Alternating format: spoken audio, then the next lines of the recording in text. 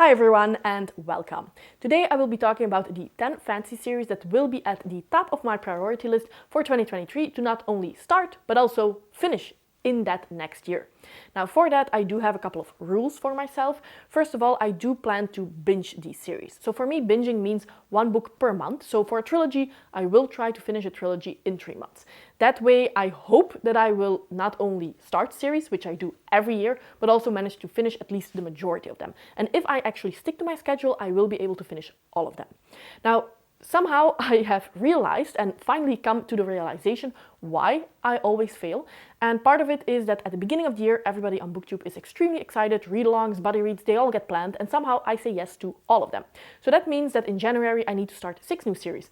In February I need to start 5 entirely new ones, and in March there are also a couple of ones. So around the mid-year check-in point, I start realizing that I started way too many series, that I'm behind on all of these read-alongs because I did not really prioritize any of them, and that it will be impossible to finish my goals. Also, I usually don't really stick to that TBR because if a buddy read gets announced and I am very excited and I have FOMO, I start that series even though it was not on the list. So for this year, if it's not one of these 10 series, I don't really think that I will start a buddy read at the very least.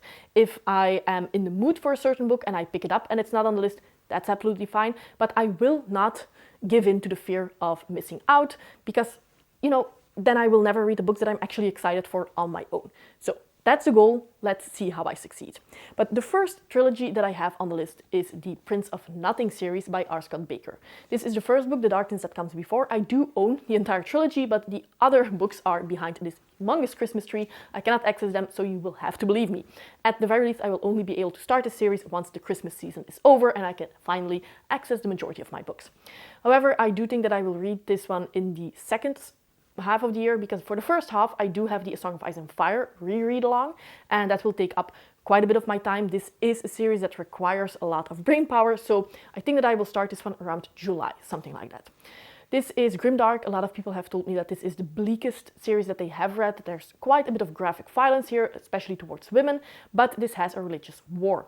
And I have taken a little bit of advice from people who've both read this series as Malazan, and they said that I will probably like this one more, that the writing style is more accessible in Stephen Erickson, that it is more contained and more easy to follow the plot, also because it is a trilogy, and that for somebody who has difficulties finishing series, a trilogy will probably be the better choice.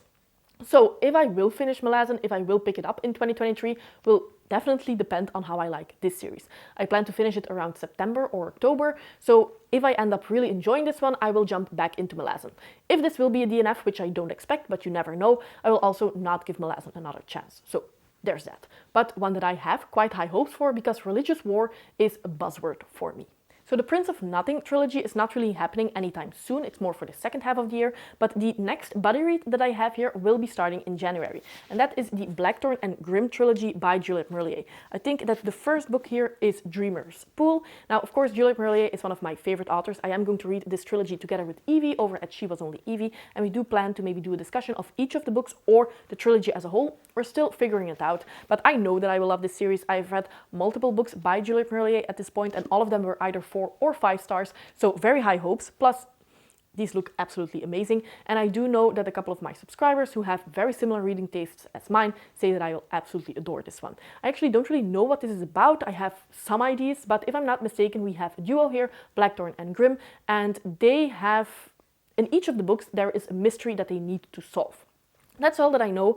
Juliette Merlier, there will probably be a little bit of romance. It will probably be set in some type of historical setting. I think maybe Celts or Picts. I don't really care. I know that I will love them. So definitely one that I will be reading over January, February, March, and then I will finish that trilogy.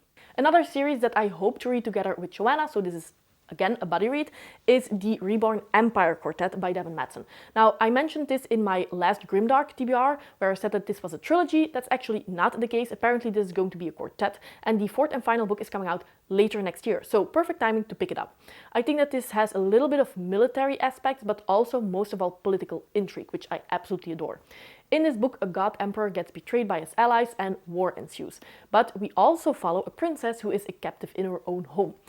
I love that. I think that, or at least my expectations are that this is going to be quite character driven, and military fantasy can be my thing if it's close to the characters. So I hope that that's what's going to happen here. Plus, God Emperor Interference of the Gods, I absolutely adore that, and I do hope that that means that I will love it.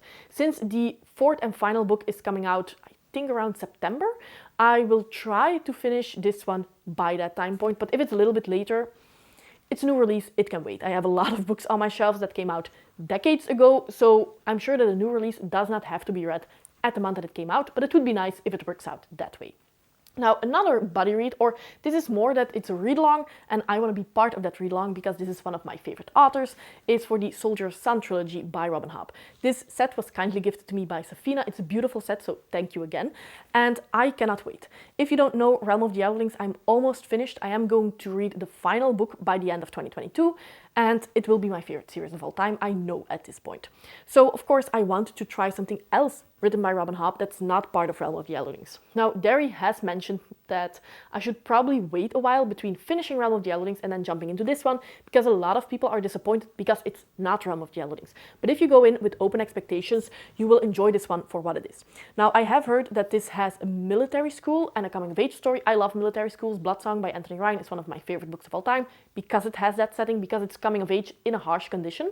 So I think that I will quite enjoy these. And since over on Mike's Discord, this will be a read-along, I think that it will also be fun to discuss these books with fans of Robin Hobb, because I can imagine that most people who will jump into this read-along are Realm of the Outlandings fans as well. So something that I'm quite looking forward for. And if you don't know, I think that this read-along is going to go over June, July, and August. Now, there is also a book series that I will be gifted to by my husband. I already know, I've already seen the book, but he has wrapped it into gift paper, so I cannot really show you. But that is the beautiful illustrated edition of Earthsea by Ursula K. Le Guin.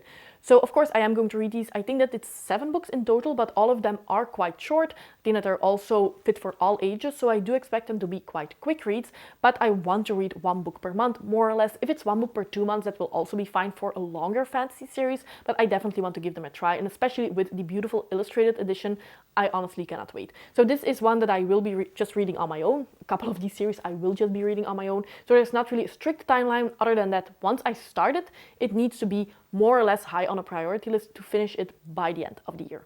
I don't really know what this is about. I have heard that this is one of the original magical school settings. A lot of people think that Harry Potter and J.K. Rowling was one of the first ones. It's actually not true. Ursula K. Le Guin did it in the past. I think that Terry Pratchett also has a magical school that predates Harry Potter. But for this one, I'm just very excited because Ursula K. Le Guin is an author that I've been wanting to try for such a long time. She is a staple both in fantasy as in sci-fi, and I cannot wait to see what she has done with this magical fantasy series. And like I said, illustrated editions always help to get me excited. Another series that I've been wanting to try is one that will be hit or miss for me. Now, I think that this is true for all series. You never can predict if you're going to love it or not entirely, but this one was actually on my 3-star predictions list. Books that I have bought in the past, but somehow I'm no longer excited for them. Well, times change, because now I keep looking at them and thinking, maybe I would love you, especially when I have low expectations going into a book and then finding out that I absolutely adore it. That's the best feeling in the world. So I just want to try these, especially because I have the 2 first books in hardcover. I just should. The first one is Jade City by Fauna Lee. The second one is Jade War, also by Fauna Lee. So of course this is the Green Bone Saga. This is a trilogy. I think that this is inspired by The Godfather. You have 2 clans, they are warring against each other. It's Asian inspired, and I also think that there is some kind of drug going around. I don't know anything about this other than that, but since I made that 3-star prediction video, some people said, well, I don't know, I understand what you're saying and I understand your concerns, I still think that you would like it. So at the very least, I want to give it a try. For all of these series, of course, I want to finish them in a timely manner, but I'm also allowed to DNF them if they're not for me. And with these 2 being on my shelves for multiple years at this point, it's just time to give them a try. I just realized that I forgot to put 1 series on the list, so I went and got it, and now we have 11 series on the list. So apparently 1, I'm bad at counting, and 2nd, this is maybe not the best start of keeping a schedule and sticking to the goal, but it's fine. We can make this work. That series is the Broken Earth trilogy by N.K. Jemisin. This is also going to be a little bit of a buddy read on my channel. I know that Jeroen from Walking with Books is going to buddy read this one with me. We'll link his channel down below. Definitely a channel that deserves some more love. But I'm just so excited to read this with friends. Jeroen is going to join, some other people are going to join, and I'm sure that we will have a great time. N.K. Jemisin is another one of those authors that I've heard. She is one of the best currently working modern fantasy authors. She does something unique with her series. Her series are incredibly angry. They're not grimdark, but they're dark and they're bleak. It's called the Broken Earth Trilogy. And I've also heard that in this first book, for example, you have second perspective. So that's definitely something that I have not seen a lot, if ever, in fantasy works. So I cannot really know what to expect. Other than that, I am going to be intrigued. This is a series that I want to start in the beginning of the year, probably pick up the 5th season in January, and then hopefully finish it in a timely manner towards, let's say that at least by June, I want to finish this entire trilogy. Now, I recently did a trying first chapter challenge where I read the first chapter of the first book in a series, and then I decided if I wanted to continue or not. Now, I, of course, started one that was an Arthurian saga retelling by Mary Stewart, but there were 2 other ones that I really enjoyed the first chapter or the prologue. I found it very intriguing, and now I do want to start these series in 2023. The first one is the Chronicles of the God King, or the God King Chronicles. The first book here is The Black Ghost by Mindbrooks, and then the second book is The Splinter King. I own book 1 and 2, but the third one is already out as well, so I can definitely binge these with 1 book per month or 1 book every 6 weeks in 2023. Now, if I'm not mistaken, here you have, of course, it's the God King Chronicles, so again, religion plays a big role. In the first prologue, I think that we meet 2 siblings. The first one is a woman, and she's actually the sister of the king. However, she's much smarter, she has much more the feeling of duty than the actual king, and I found that that was an interesting premise. Also, the characters here were a little bit older, I think 40, 50 years of age, which is definitely refreshing in fantasy. And what I've also heard here is that we have a Viking culture, which I love in fantasy. So this is a trilogy. It should be doable to finish this. I've heard that it's epic, a lot of different cultures, which I also enjoy. And judging by the prologue and the first chapter, I do like the writing style as well. So that's definitely a plus. The other series that I tried, and this was actually one that barely did not win, and after reading Mary Stewart, I'm happy that I read the first one, which was called It's a Merlin retelling, but still, actually, I think that I would have enjoyed this one more, and that is the Cavern of Black Ice, Sword of Shadows series by J.V. Jones. Now, this has 4 books out currently. The 5th one, a couple of people have told me she is working on, and it's definitely going to happen, so that makes me excited. These are humongous books. It's mass market paperback, and they're between 800 and 1,000 pages, so definitely an investment of time, but everything was extremely fitting here. This is grimdark, and in the first one, we meet 2 brothers who are part of a clan. They find their clan completely murdered when they come back from a hunt. That was just happening in the first chapter, so I don't really consider this a spoiler, but it definitely got me incredibly intrigued. I think that this is also going to be quite character driven, which is something that I'm always in the mood for. So yes, one that, especially because they are so long, and because it is 4 books at the moment, I don't want to wait too long, but hopefully at the start of summer, when my A Song of Ice and Fire read-along concludes, I will be able to pick up, oh my god, this series.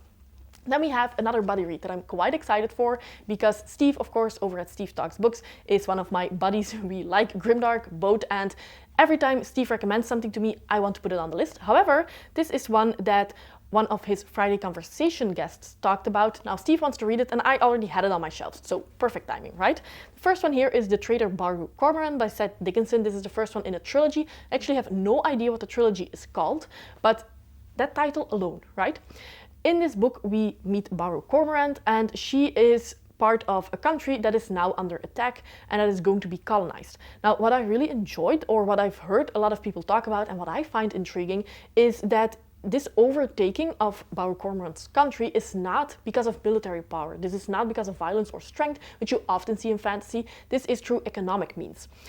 And that's just very refreshing. And that also gives me very high hopes that this concept is going to be fleshed out. If that doesn't happen, I will be disappointed, but this has been on my shelf for a long time. I find the cover intriguing, I find the title intriguing, and to buddy read this together with Steve will be an experience. I think that we have said that we will start this one in March. So, of course, loose schedule in this regard, if we started in March or in June, that doesn't really matter. But once we start it, we will be reading 1 book per month. So yes, one that will finally happen. I only have the first book for now, but if I like it, of course, everything else will happen. And if we start DNFing, let's just hope that we will enjoy all the books that are on the list.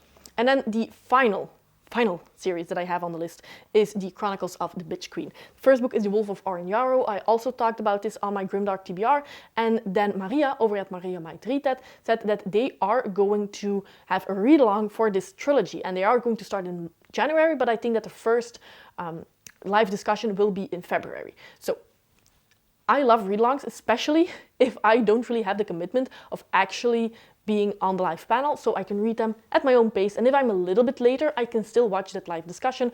I can still be part of the conversation. It's just not as stressful as actually being live and being part of that show. I don't really want to have too many of those going on, so I can prioritize those. But having the conversation going about and seeing more people picking it up definitely increases my excitement. And since I already had it on the list, that's just another plus. This one I don't really know too much about. I've seen some people say yes, it is grimdark, others say that it's just dark fantasy, but we do have a quite unlikable character here. This is the queen. Her husband either died or went away a couple of years ago, and she has a son by this husband. I think that she doesn't really know what happened to him, but then after a couple of years she receives a letter from him to catch up or to talk about something, and things ensue from there. Don't know too much, but I have heard that K.S. Veloso is an author to definitely watch out for and to read more about. So it's a trilogy, it's one that has catched my interest for a while now, and 2023 is going to be the year. So these are the 11 series, I suppose, that I want to start and finish in 2023. Now, of course, on top of that, we have the Song of Ice and Fire reread along. I did not really count this here because I know that I love it, and I also know that I can fly through this series because I love it so much, but that definitely is top priority for the first half of the year. This is co-hosted by me, but of course I have some other amazing hosts, and if you want to see the official announcement, I will link that in the description box down below. On top of that, we also have the Realm of the Elderlings read along, but that's by me.